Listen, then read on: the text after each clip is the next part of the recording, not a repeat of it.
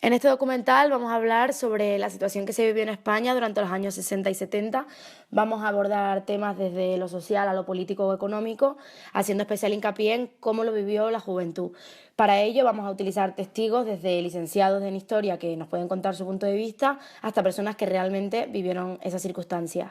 Vamos a hacer especial hincapié en la cultura, en la danza y en los aspectos cinematográficos a lo largo de todo el documental. Se les conocía como los 4 pisos, sin ascensor por supuesto, y bueno, fue el tipo de barriada que se construyó en los años 60, 50, finales de los 50, con el baby boom.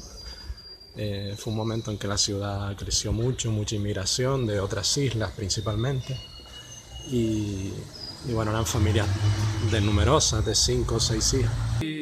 Y nosotros éramos, ¿tú crees que éramos pobres? ¿Éramos clase media? ¿Éramos ricos? Bueno, primero éramos muy pobres.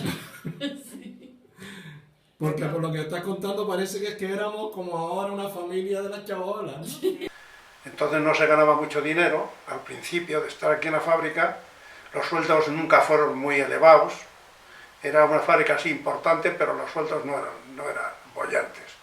Y siempre teníamos que andar, sobre todo cuando se hacían los convenios, pues haciendo paros en la fábrica para que pudieran subirnos 1 punto, 2 puntos o 3 puntos más del índice del coste de la vida que entonces estaba. ¿Y cómo eran los partos, más? Cuando alguien venía para hacer Una mujer. Yo fui a buscar una mujer ni médico ni nada. Una mañana. Yo fui a buscar. Se calentaba agua como en las películas. Sí.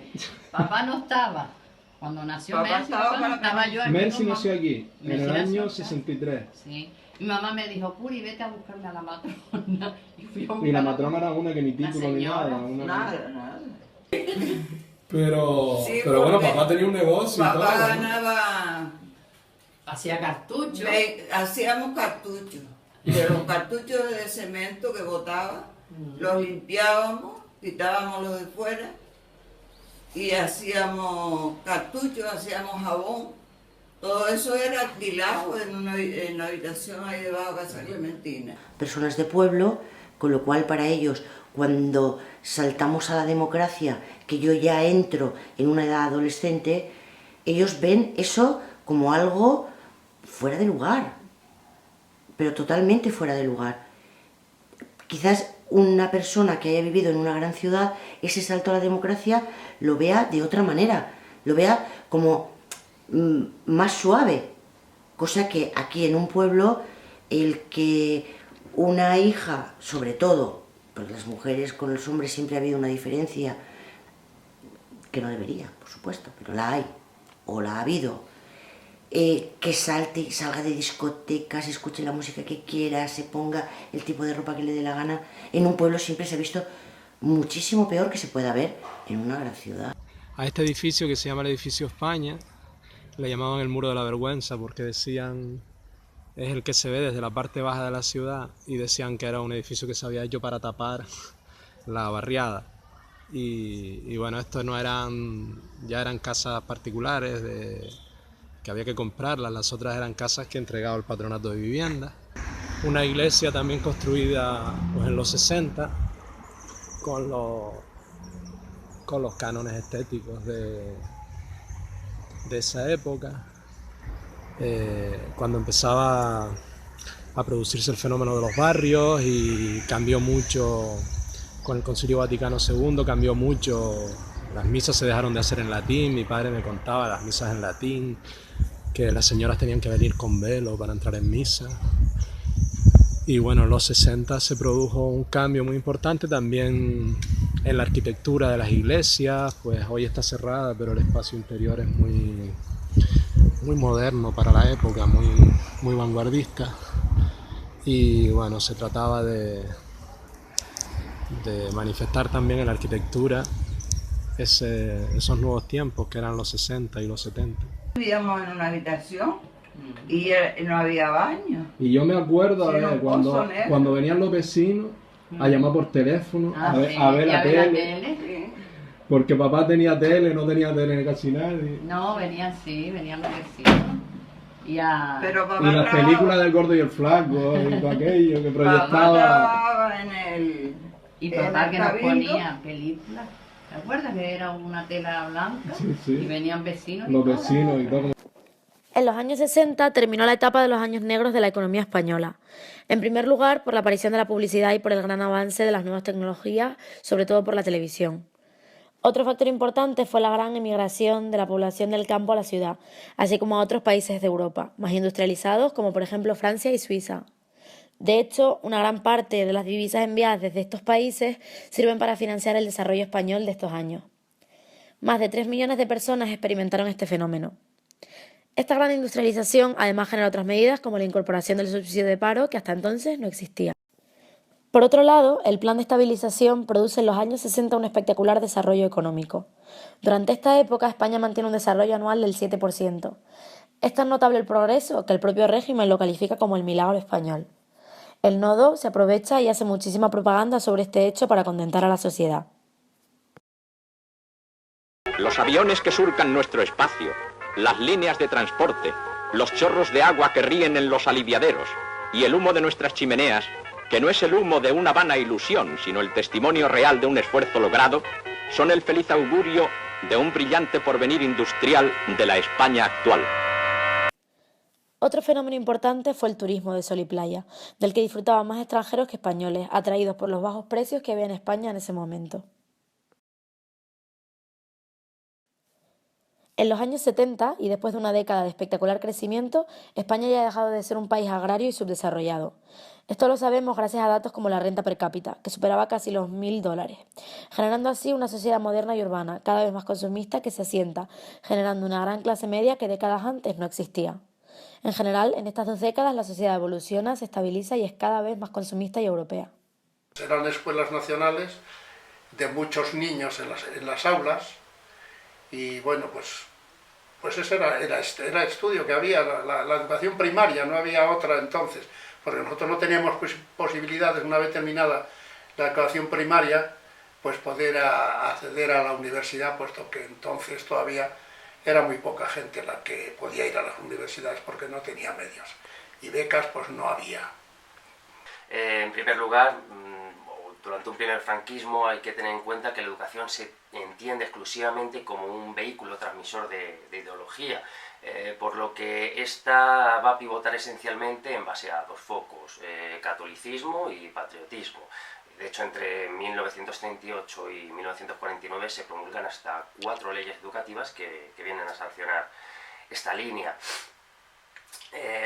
Se devuelve desde luego el monopolio educativo a la Iglesia. En el patio recuerdo que había una línea cuando yo era muy pequeño, ya eso después, pues probablemente en la época en que se aprobó la Constitución o esos años del 76, 77, pues se cambiaría, pero yo recuerdo los primeros años que había una línea y las chicas no podían pasar de esa línea y hacia el lado de los chicos y viceversa, entonces pues nos poníamos a hablar con las chicas, unos a un lado de la línea y otros al otro lado de la línea. En el sistema educativo aquí en la Comunidad Valenciana, yo lo que te puedo decir personalmente es que durante todos mis años escolares a mí jamás me dieron una clase en valenciano. El que en su casa hablaba en valenciano, en la calle hablaba en valenciano, pero cuando ibas al colegio y tenías que dar una asignatura, nunca se daba en valenciano. El sistema estudiantil, el sistema educativo, antes del franquismo, evidentemente había alcanzado su culmen a la luz de la Segunda República, ¿verdad? Que había establecido una educación obligatoria, laica, mixta y pública, por supuesto. Se había acabado con el monopolio que había tenido la Iglesia tradicionalmente en España sobre la educación, al convertir al profesorado, a los docentes en funcionarios y asumir el Estado las tareas de su formación continua. Se habían adoptado la actividad se había convertido en el principal eje metodológico, y todo ello con el ideal solidario como foco principal, como eje principal. Sin embargo, el triunfo de los rebeldes golpistas en 1939 pues va a acabar con todos estos éxitos estudiantiles, estas conquistas educativas. Y este edificio era la OGE, la Organización Juvenil Española. Hoy es el espacio digital del Cabildo de Gran Canaria, el Centro Atlántico de Cultura Digital. La OGE era una organización básicamente pues de adoctrinamiento y de actividades juveniles en torno a la Falange. Tenía una sección femenina a la que pertenecían las mujeres y los chicos pues veníamos a la OGE, tenían una serie de actividades, convivencia, actividades deportivas, actividades de carácter cultural, pero bueno, básicamente era un sistema de adoctrinamiento también político con el sistema. En aquella época no te daban la oportunidad, cuando llegabas a cierta edad, de estudios, tienes que formarte, todo lo que ahora, por ejemplo, queremos y exigimos, entre comillas, a nuestros hijos. Antes no, antes te formaban para ser una buena ama de casa, para que tuvieras todo, y no te daban la opción de que tú evolucionaras, de que tú estudiaras. Hablo de un porcentaje, no de todo en general, pero no te daban esa facilidad de decir, tienes cierta edad, fórmate, haz tu carrera, independízate y sé una persona libre. En España, además, va a encontrar, el movimiento feminista va a encontrar un gran apoyo de la mano del movimiento para la liberación de la mujer a partir de la segunda mitad de la década de los 60, y además la incorporación de esta al mundo laboral como consecuencia del desarrollismo propio de la década, va a ayudar a concienciar no solamente a muchas jóvenes, sino también a mujeres de mediana edad. Tenías que formarte, sobre todo y ante todo, para ser una buena ama de casa. La censura era ejercida por el Ministerio de Información y Turismo, con la ayuda de otros departamentos gubernamentales, pero este era el principal, que dictaminaba qué se podía y qué no se podía emitir en el cine o en televisión, y que además lo revisaba previamente. Por supuesto, problemas o realidades, como eran las huelgas obreras o las manifestaciones estudiantiles durante toda la década de los 60 y durante el tardofranquismo, no se van a emitir, como tampoco cualquier elemento que se considere una amenaza, un atentado contra los principios fundamentales del régimen.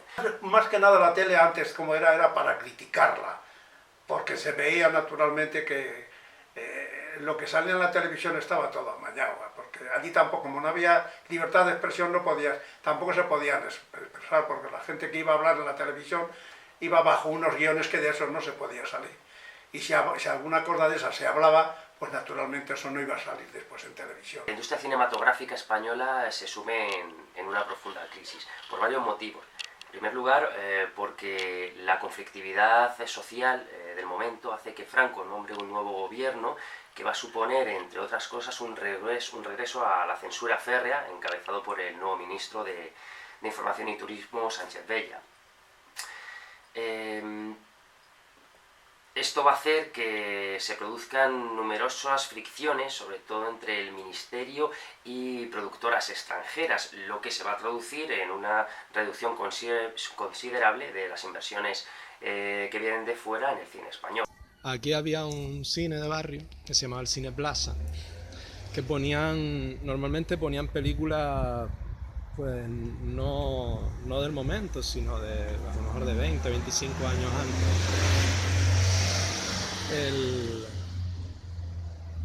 A veces pues, en sesión continua pues, veíamos películas de piratas, de romanos, pues seguramente las películas que vieron mis padres las veía yo después, 20, 25, 30 años después, las veía también en el cine. La injerencia de las autoridades en la elaboración de las películas va a dar como resultado unos guiones planos, poco profundos, que buscan la connivencia ideológica y popular. Por las películas que venían del extranjero tenían toda su censura y las cortaban, o sea, escenas eróticas o cosas de esas, y las había, aunque fuera siempre un simple beso, pues eso no salía, se solía cortar. Era muy barato el cine, a veces incluso nos sentábamos, te podías sentar en el suelo, nos sentábamos en los pasillos, aleábamos mucho cuando llegaban los malos. Y cuando los americanos mataban a los indios nos poníamos muy contentos. Y bueno, era un acto muy social el cine. El landismo, que eran películas pseudoeróticas protagonizadas en su mayoría por por Alfredo Landa. Es cierto que la censura seguía siendo férrea, pero en estos momentos finales de agonía del franquismo, la normativa, las nuevas normas de calificación cinematográfica se fundamentaron en el eslogan sexo sí, política no, lo que buscaba salvar una doble vía. Por un lado, obtener rentabilidad económica, aumentando la recaudación en taquilla, y por otro, desviar la atención de los auténticos problemas políticos y sociales del momento. Cuando tenían que poner algo en televisión, lógicamente iban a entretener al público. ¿Cómo lo entretenían? Pues con comedias. No llegaban a ningún tema profundo de política, nada que ellos no les viniera bien.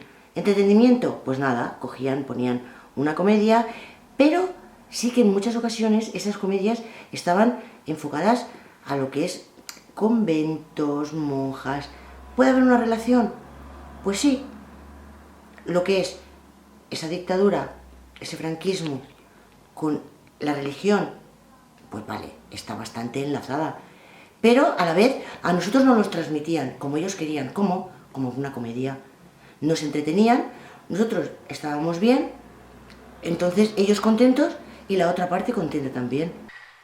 En cuanto a la danza, bueno, pues es cierto que se observa un cierto resurgir de la danza contemporánea española a partir de 1970 con una primera generación que es casi autodidacta, aunque está muy influenciada por ciertos modelos extranjeros, ¿no? Como el modern jazz o la danza jazz. Era tiempo también de los beaters, era tiempo de los ires, de los brincos.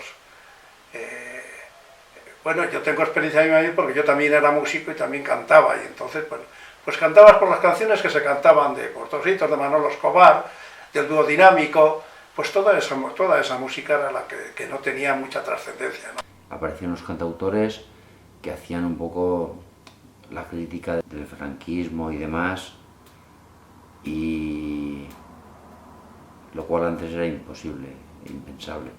En la música hay un gran salto. Cuando termina la dictadura, que todo el mundo se siente más libre, puede poner la radio a toda velocidad, a todo volumen y decir, me gusta el rock y voy a oír el rock, que era lo que en esa época, 70-80, es lo que más funcionaba. Además, es que la gente era como que estalló, y estalló a lo grande. ¿Qué pasa? Que el rock era lo que más sonaba, más fuerte, pues a la gente se iba al rock. Como ya evidentemente entramos ya en una democracia más profunda, pues la gente escucha de toda la música. En mi casa, viniendo de Andalucía, pues oíamos muchísimo flamenco. Y en ese momento pues no teníamos ningún inconveniente porque se podía oír de todo. El boom del superrealismo que llega desde Hispanoamérica con Julio Cortázar, Gabriel García Márquez o Pablo Neruda a la cabeza, desde luego. Bueno, leían libros los que se podían tener, porque en casa tú tampoco podías tener libros que se pudieran ver, tenías que tenerlos también ocultos. Si eran libros que eran políticos, o hablaban de política, o hablaban pues, de ciertas cosas que en este país no se podían hacer, ¿no? O sea que también había ahí, los libros también salían con censura. Naturalmente, ¿cómo leíamos? Pues siempre se lee, yo leía muchos libros clandestinos, yo leía las obras de Lenin, de Marx, de Engels, obras de esa leía, pero siempre esos libros tenías que pedirles siempre ocultamente, no los podías comprar en librerías, sí, los podías comprar, pero a base de... Era como el extraperlo, cuando había extraperlo en España, que tenías que comprar las cosas pero sin que te vieran y pagarlas más caras de lo que valían. Los jóvenes del tardofranquismo, como consecuencia del aperturismo político y de los resultados de la etapa desarrollista que los convierte en urbanitas, pues es en la ciudad donde esencialmente se dan estos nuevos movimientos culturales, sobre todo en el ámbito juvenil, y también está ya el movimiento hippie, que desde la segunda década, de mediados de la década de los 60, irrumpe con una fuerza brutal en España, se asienta a partir de los años 1968, 1970, y posiblemente sea el movimiento cultural exógeno que más fuerza gana entre los jóvenes españoles. Los movimientos juveniles de esta época, pertenecen a este ciclo revolucionario a nivel internacional y por supuesto en España, en el contexto del tardofranquismo, tienen un matiz sobre todo político. Y en el caso de España además se van a dejar sentir sobre todo en el lustro siguiente, en el periodo 1969-70 hasta 1975. Españoles, Franco ha muerto. Quisiera, en mi último momento, unir los nombres de Dios y de España y abrazaros a todos para gritar juntos por última vez, en los umbrales de mi muerte, ¡arriba España! ¡Viva España!